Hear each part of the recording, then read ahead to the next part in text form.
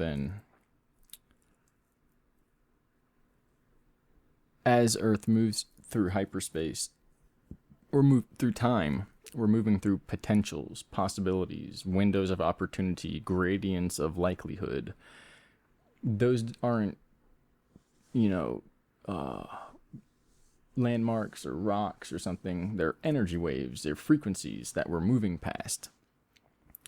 So if we were to see that in higher space, we'd have to somehow incorporate the fact that Earth itself, this collective space-time continuum, basically. Oh, that's a bad word. Space, that means loop. But it would look, you would see the energy. So whether round or bubble or vector or whatever, or inverted, which is possibly closer, like an inverted magnifying glass or something, and it's projecting a outward dome appearance of a physical environment, kind of like the first thing I wanted to describe. But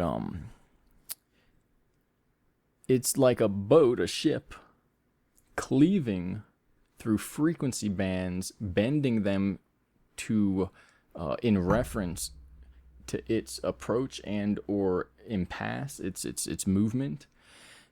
And it's measurable to the point where you can read the energies, let's say with harp or something like that, or manipulate them. I don't know if they read with harp. Anyway, and you can see what's going to come, meaning what's non-accessible in time to our mind, our physical self, and what you could call this dimension, meaning simply the physical sense of self that's happening now and not in other times.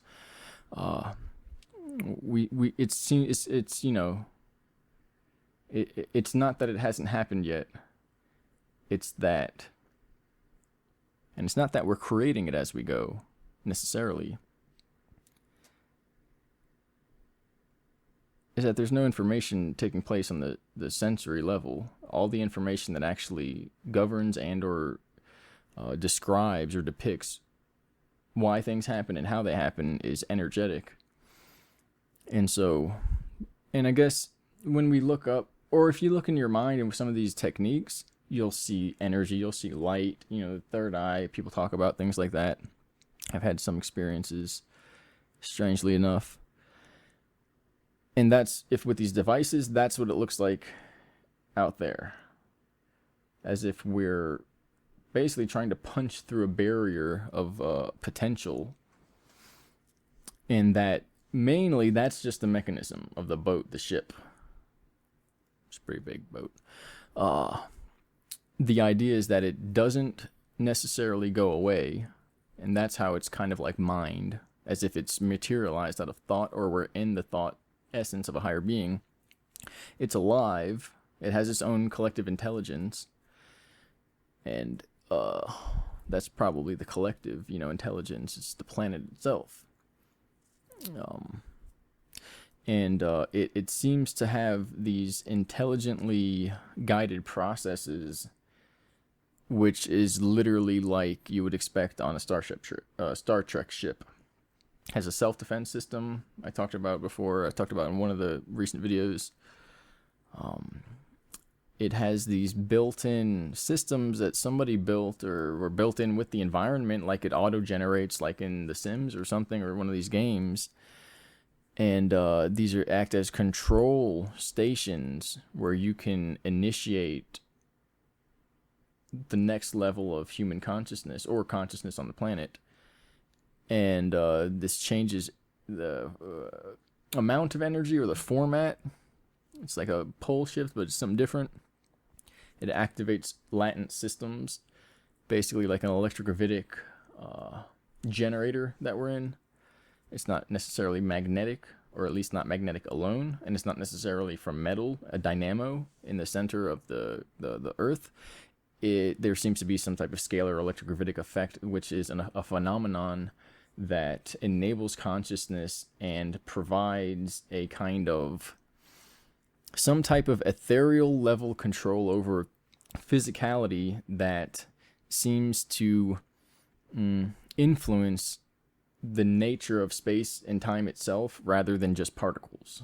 You know, if I use my hand to physically move the phone off, that's something. If I use my mind and I have these devices or some whatever it is, and I demolecularized, you know, the phone into some liquid or something, there's a difference. There's more power. But the point is, we don't need devices because we really don't need to demolecularize things.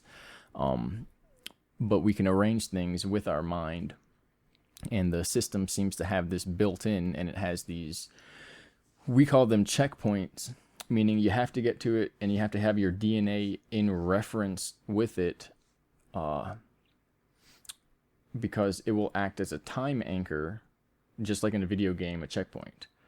And basically, if there's an extinction level event or some of these threats that we're hearing about, it's a necessity that we reach these checkpoints. And the next one, apparently,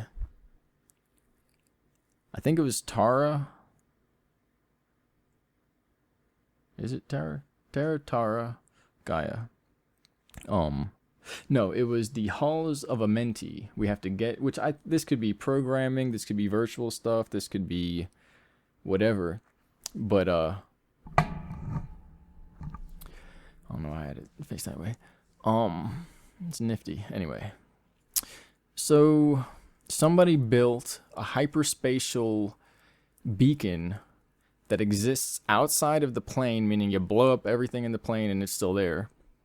And it contains, according to what was described to me word for word, and then we met some of the people that apparently are from the halls of Amenti, and I don't know, they're weird clones. That's basically all it means to me. And then their minds are malleable enough to time travel. They're stable enough to time travel, basically at will. And the issue with that is, remember the movie where the girl kept popping up on herself and stuff like that? Like, what if you're a mind and you can be anywhere? Well, you start doing that, and you're like, you don't know where you are and where you aren't. And so it's like a certain a rooting, or not a rooting, but a stabilization that has to occur. Maybe it's like expanding the wings or something. There has to be a self-referential stabilization, like a self-referential fractal, but not quite a fractal. And so apparently, this is all kind of just pouring out. None of it is word of mouth. And so apparently, and that's why I say, because I don't know, you plug you into a system and you can know. It's just weird. Because when you see these computers, the tablet, the chair, you either think they figured out the secret to the universe and they're playing a trick on you by making the most magnificent daydream prank ever, or you literally witness lives in a row and you're expanding beyond the comprehension of what the brain can conceive. And you know, if that was made up, then at some point they're going to make trillions of dollars just by turning movies into that. If it's not made up, then we're surrounded by nothing but pure information and continuous information, and there's an issue with that. We're getting redundant. We're losing access to our memories. We kind of went too far. Or somebody fractalized the planet and created multiple planes out of a single one. And in the same sense that people are cloned, that was also part of what I was trying to say. And you have multiple instances of clones simultaneously, and the difficulty in doing that, well, that's the difficulty in a human waking up and realizing we're being skewered by time. And it's not time because our time is linear according to that. I hope I'm not popping my peas. And the time that we're split into is like a fractal. It's like a quantum fireplace or something. It's like it's distinctly not made for organization. It's degenerative. And that's probably because the code was altered and just slowly started to collapse from there. But that's the idea that the previous universe, or the previous timeline, the world line, an event took place that pretty much terminated life on the planet in physical domain. The result was human consciousness essentially ejected or jettisoned into space, which basically is just a void space at that point. if you don't have the ability to navigate all that information simultaneously, like you're in a rocket chair that's blowing through, worlds and streets and dimensions and cities and rooms and memories and years and everything at once, you just sit there, you can't do anything. And so Solar Warden and the Pleiadians are a form of clone from the previous timeline where shit got all crazy. And it's a military faction whose contract was up on this timeline, and so they have no longer any people in the fight or the game. And but they may have had something to do with helping with that, or they may have even messed certain things up. I'm not sure. Everybody's supposed to be helpful. Everybody gets infected and infiltrated, and so they went out in craft and scooped up every person's consciousness and put it into containers and then bodies.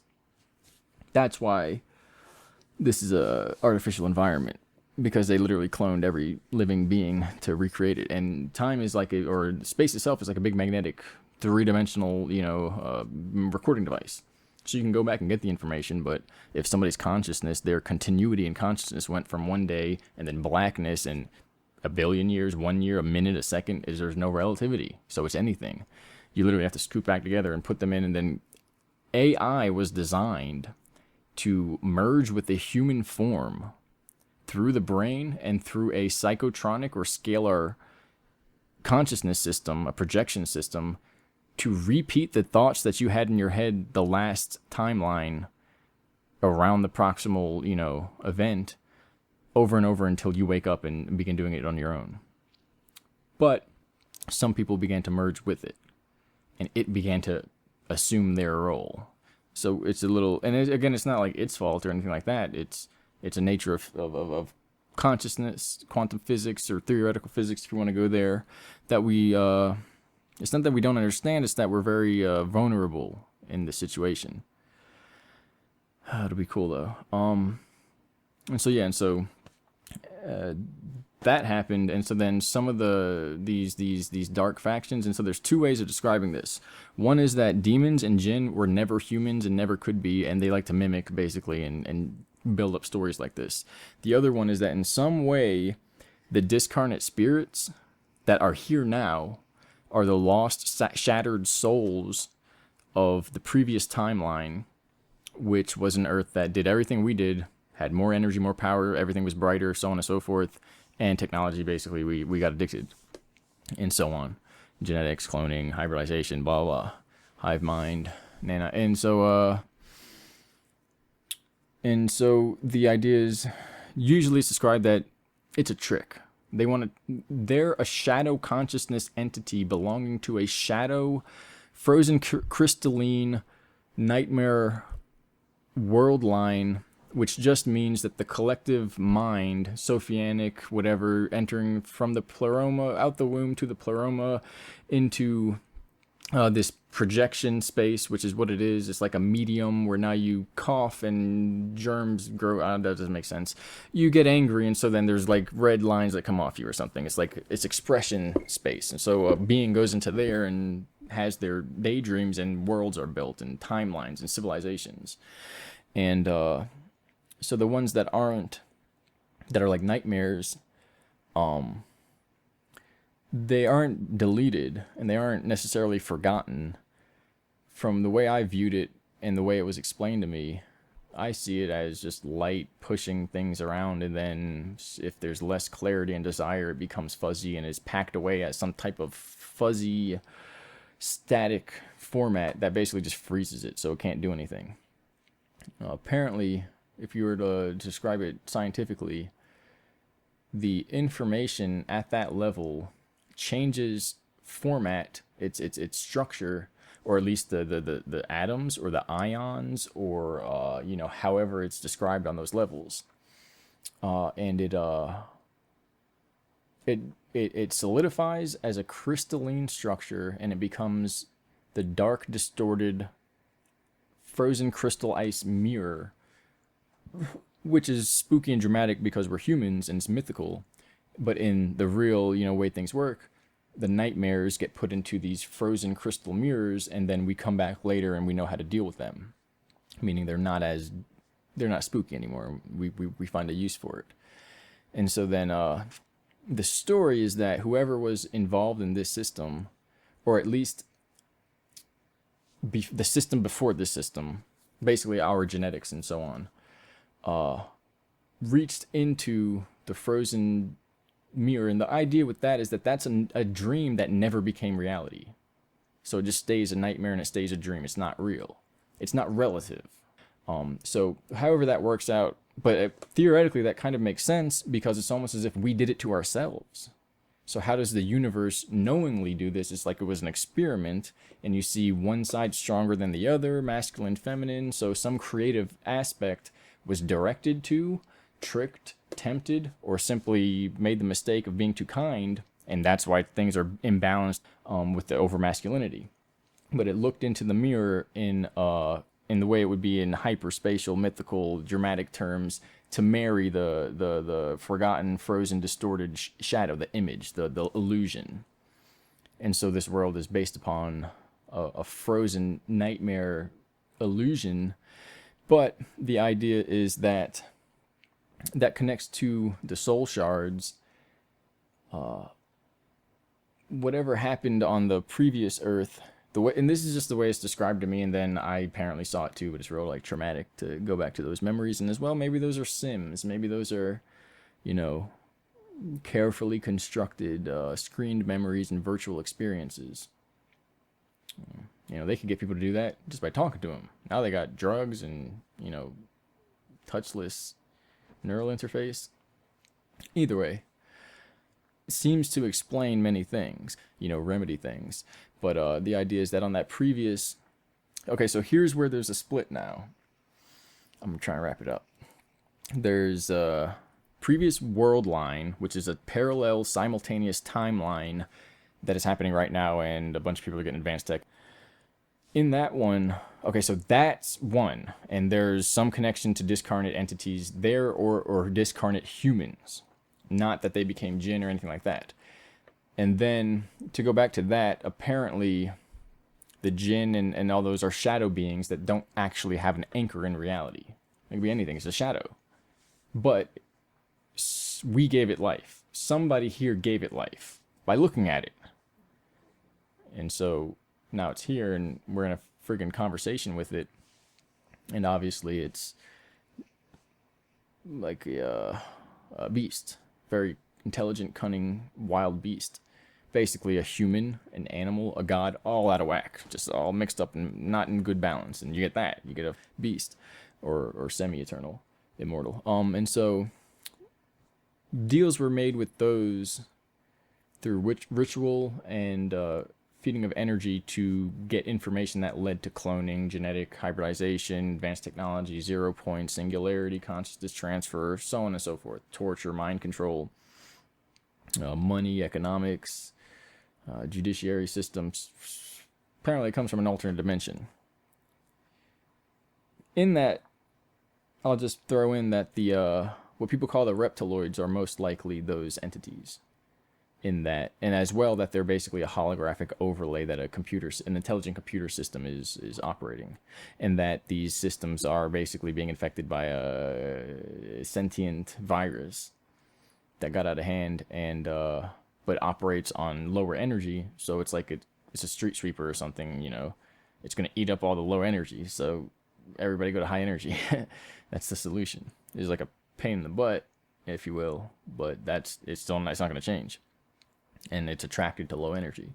So, but then you have the rituals and all that, and so that channeled energy to these systems, and they got information in return, and probably timeline alterations to make sure they're always on top. But so there's that, and they were there for that, and everybody blew up basically, regardless of how that's connected. So now there's I was told that there's over 7 to 9 to 11 time parallels, but there's 7 main realities, and we're in I think the 7th one now, or no, we're in the 6th one now. The 7th is, I've heard one crazy white dude on YouTube that just talks about this stuff, but just in a way more this stuff way, and he actually named that one. It's like out of a movie or something, not Def Con, but like Con Air was a movie. It's Con something, and it's literally like one of those '80s movies of like Escape from New York or something. But where it's basically a prison planet, and it's just a continuous, you know, Hunger Game, and it's like all the stories of hell, you know, coming into the earth in biblical times and things like that. And it's border literally like a hair in the underworld. And so then we're this many 1 degree removed from that. And so then up the way you go all the way, I don't know what 1 is, but it's the source, and it never changes throughout all of time. Nothing ever happens to it. It just simply is what it is. And then as we go from those layers, we get further into time, where it's as if we've been here forever, in the sense that things are continually changing. Basically, it's an illusion. It's a parabolic illusion between two polarities. And but it just means that you get more and more time in terms of things happen slowly, and then you go to the first one, and you know, all of history could pass in a day for the lower levels, and it's just, or I might have it backwards. That at time it's very in perception is kind of reflexive or illusory, because there's more of it. It's faster, more flowing, but you have less of it because the content is now crammed together. It's perception based. You know, it's crazy things that you can do bending the system. And so the first one is eternity. Then I know bottom is call it DEF CON. And so then Earth is 6, and then where Earth is Terra. Then the next one is Tara, and then Gaia. Gaia is apparently a checkpoint. Terra or Tara is a intermediary timeline. Excuse me. Kind of like the opposite of a phantom timeline that doesn't exist. They made one to act as like a floating log to get across the, you know, a gap. Which means big devices were keeping everybody from disappearing instantly for a period of like 6 years. I'm pretty sure all these changes and the subtle differences means this is Tara. We couldn't have the information on Terra without starting a next war. And war is apparently outlawed, and the strange thing I said before, death is apparently outlawed as well, meaning everybody that's transitioning after 2010 or so, from my perspective, is being mandatorily put into the new system, because this one is seemingly collapsing. Whatever that means, whether that's a trap. And so, but that's the idea. And so at Gaia, that's now. And right now, a war broke out, and somebody shattered everybody's souls through this crazy device. Basically a nuke for an etheric level. The result is Gaia fragments into Tara and Terra, and we wake up on Earth without recollection of how we got here. But some retain it, some have their myths. There's always a sign. You know, what are we doing here? There's always a sign. And DNA is like trans-dimensionally holographic, superimposed. So you can get information from any point in space and time if you configure your being to do that. That was the other thing. I'm like, it's forcing to put all the things I wanted to say earlier that I did back out. But the unification, there's a God that's based upon unity, compassion, truth, and free will, knowledge. And then there's the counterpart, which you must have. Of course, you're going to have things that are people that took upon the role of being the shadow consciousness and being the devil, and, you know, are really good at it. And so, but it's just weird then. It's futile, because that's the show, and that's the, maybe the Metatronic grid system. Angels, demons, gods, demigods, hybrids, monsters, man, machine. And all of it's bullshit. In reality, there's just civilization, and all these things are theoretical. And we're in a daydream, because our mind is ruled by these theoretical, non-real things. Or not our minds, but our I don't even know what to call it. Our society. Not our civilization, not our politics, our society. What people end up doing. Either way, so that's happening. Shit's blowing up, and we're immediately, instantly, simultaneously being projected into these fractalized realities that run on less energy, meaning there's less self-awareness and transference of light in between them. It's like less air, like you're going up. Going up away from the surface is like going down away from Gaia into divergence and into time and dichotomy, dilute, polarity time and things like that. And so everything takes longer. And in the same sense, it's like a pyramid, that a day up here is actually a day of condensed time. It'd be like 1,000 days down here. Technically, it's the same amount of time, but for maybe you could say technically it's not the same amount of time, which is just perception. It's the same amount of information. But out here, there's more filler and noise, so it takes longer to get the whole picture. There's no noise up there. It's just the pinnacle, the point. So you get everything done instantly, and it's literally like you've lived 1,000 lifetimes in a day or something. And it just has to do with the speed of light, the boundaries. You know, we might be in a toroidal, conical pleroma, and at that point, time could move faster or in that sense slower, because you have more time to get everything done in a shorter amount of time, meaning you have less time because it's slower. It's all perception, because you needed 2 seconds to do it instead of 1,000. But it's information, content versus density. You know, you can sit there and so we might be in a universe that dynamically functions as, you know, like a slant. But with it being a slant, that could explain the flow of time in one direction or the other. That is like a hyperboloid. I'm not sure if I'm pronouncing that right. It's like a teardrop shape that has to lean in one direction or the other, but technically it's superimposed as both, and our perception is putting it one way or the other. And then once that trend begins, we basically, events follow one another, and that's the direction we're in. Like I said before, the other civilization moves the other way in time. So our pinnacle end is their beginning. That's how you have 2 civilizations destroy each other and nobody dies, because they're just reflections. But you know, it all comes back around. And so where do I want to go from there? We're supposed to be I guess, you know, where was I? Tara is maybe that's what that, to me that's what that has to be, because I saw time change and I saw events and bridges being brought into this domain, and if that's the marker. But the idea is, so we're supposed to the Hall of Amenti, or is it the Halls of Amenti? It's basically like the inside of a processor, where you have all the lines going, you know, at a right angles, like a checkerboard grid or something. Only it's like it's like those coliseums, but it's like the hallways with the big columns on either end, kind of like goes into infinity. These mythical, artistic renditions. It literally looks like that, and it's holographic space time.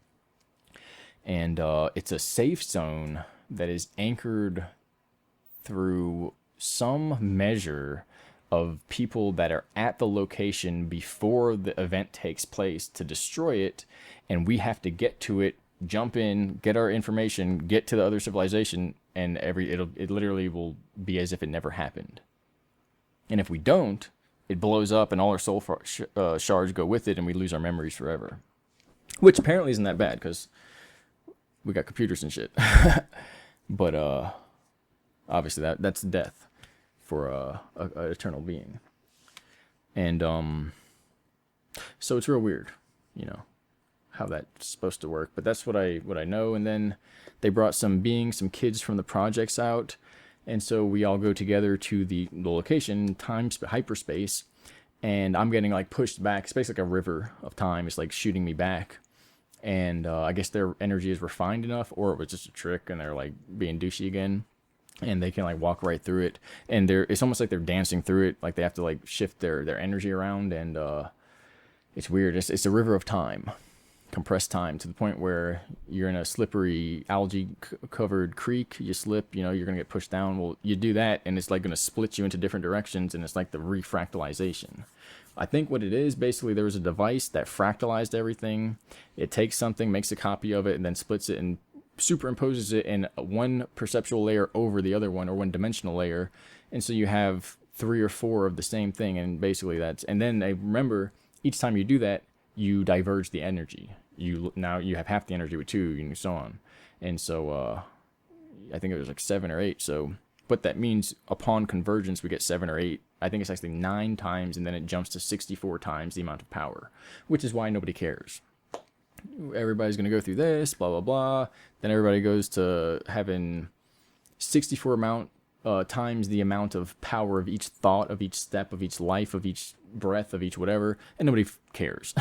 Everybody gets over it. But that's the whole point, that we're trying to drive this home so that we can take this and make something of it, which is what's going to happen anyway.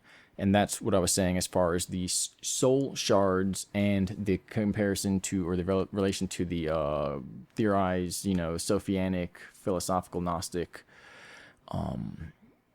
frozen light thing, which is also something I've experienced, instead, beyond being told. It's like intuited that that's what happens. That's why you don't want to do bad things, because your soul's going to dim. Not yours, but a person, an individual, and if it goes all the way, it's like you get frozen in time. You're stuck. You're done. And it's hilarious. You spice it up, and you can literally open portals with soul energy and intent.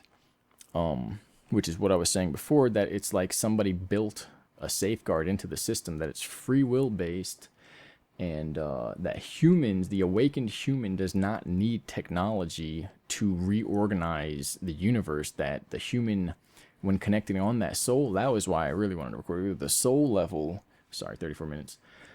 That the feeling you get is you. It's just like being on the other side in the collective virtual consciousness system, in that all thoughts, feelings, experiences combine into one effervescent, extremely stimulating, highly active yet calming, colorful, frequency varying feeling, or like experience. It's like it's an awareness. It's not consciousness, and